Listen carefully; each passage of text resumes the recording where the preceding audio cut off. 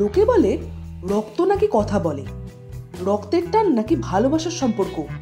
এই নিয়ে নতুন বাংলা ছবি এসছে ডিয়ার মা।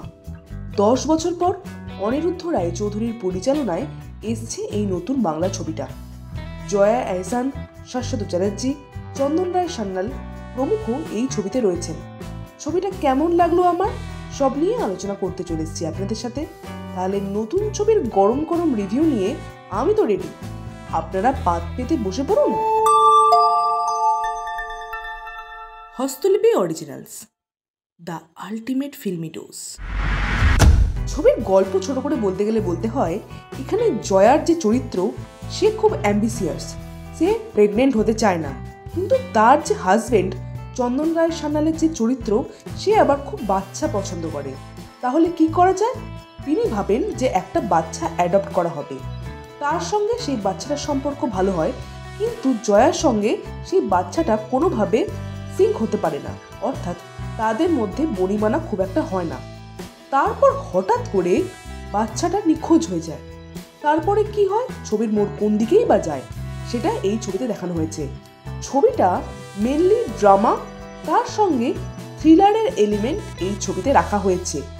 ড্রামা জনরায় অনিরুদ্ধ রায়চৌধুরী কিন্তু ভালো ভালো কাজ করেছেন, তার মধ্যে এই ছবিটাও আমার বেশ ভালো লেগেছে। প্রত্যেকের অভিনয় কিন্তু বেশ সুন্দর। জয়ার চরিত্র থেকে শুরু করে চন্দন রায় সান্যাল এবং বাচ্চা মেয়েটির চরিত্র প্রত্যেকেই বেশ ভালো লেগেছে আমার। এছাড়াও পুলিশের চরিত্রে শাশ্বত চ্যাটার্জি বেশ মানানসই। ছবিতে প্রত্যেকের অভিনয় সুন্দরের জন্য এই ছবিটা দেখতেও সুন্দর হয়েছে, তবে ছবিটার এনগেজমেন্ট মাঝে মাঝে লুজ হয়েছে বলে মনে হয়েছে। ছবিটার দৈর্ঘ্য আরেকটু ছোট হলে ভালো হতো। ডায়লগ আমার ভালো লেগেছে এবং চিত্রনাট্য ঠিকঠাক লেগেছে। এরপরে যদি ব্যাকগ্রাউন্ড মিউজিকের কথা বলি তাহলে বলতে হয় সেটাও আমার ঠিকঠাক লেগেছে, তবে যে গান দুটো আছে সে গান দুটো ভালো হলেও হিন্দিতে আছে, সেটা আমার খুব একটা ভালো লাগেনি। সেটা বিষয়ে আমি টিজারেই বলেছি, সেটা এখানেও আমি বলছি। গান দুটো যদি বাংলাতে হতো তাহলে ভালো লাগতো, কিন্তু গান দুটোর সুর দুটো বেশ ভালো লেগেছে। এখানে মিউজিকের ডিরেকশন দিয়েছেন বিক্রম চ্যাটার্জি, তার কাজ আমার বেশ ভালো লেগেছে। এরপরে এই ছবির যে কিছু জিনিস আমার একটু দুর্বল বলে মনে হয়েছে সেগুলো সম্বন্ধে যদি কথা বলি তাহলে বলতে হয়, জয়ার চরিত্রের সঙ্গে তার হাজব্যান্ডের চরিত্রর যে কেমিস্ট্রি সেটা আমার ঠিকঠাক লাগেনি, এবং জয়ার চরিত্র সঙ্গে এই বাচ্চা মেয়েটার প্রথমে দেখাচ্ছিল বনিবনা হচ্ছিল না, কিন্তু ছবির শেষে দেখা যায় তাদের মধ্যে বনিবনা শুরু হয়।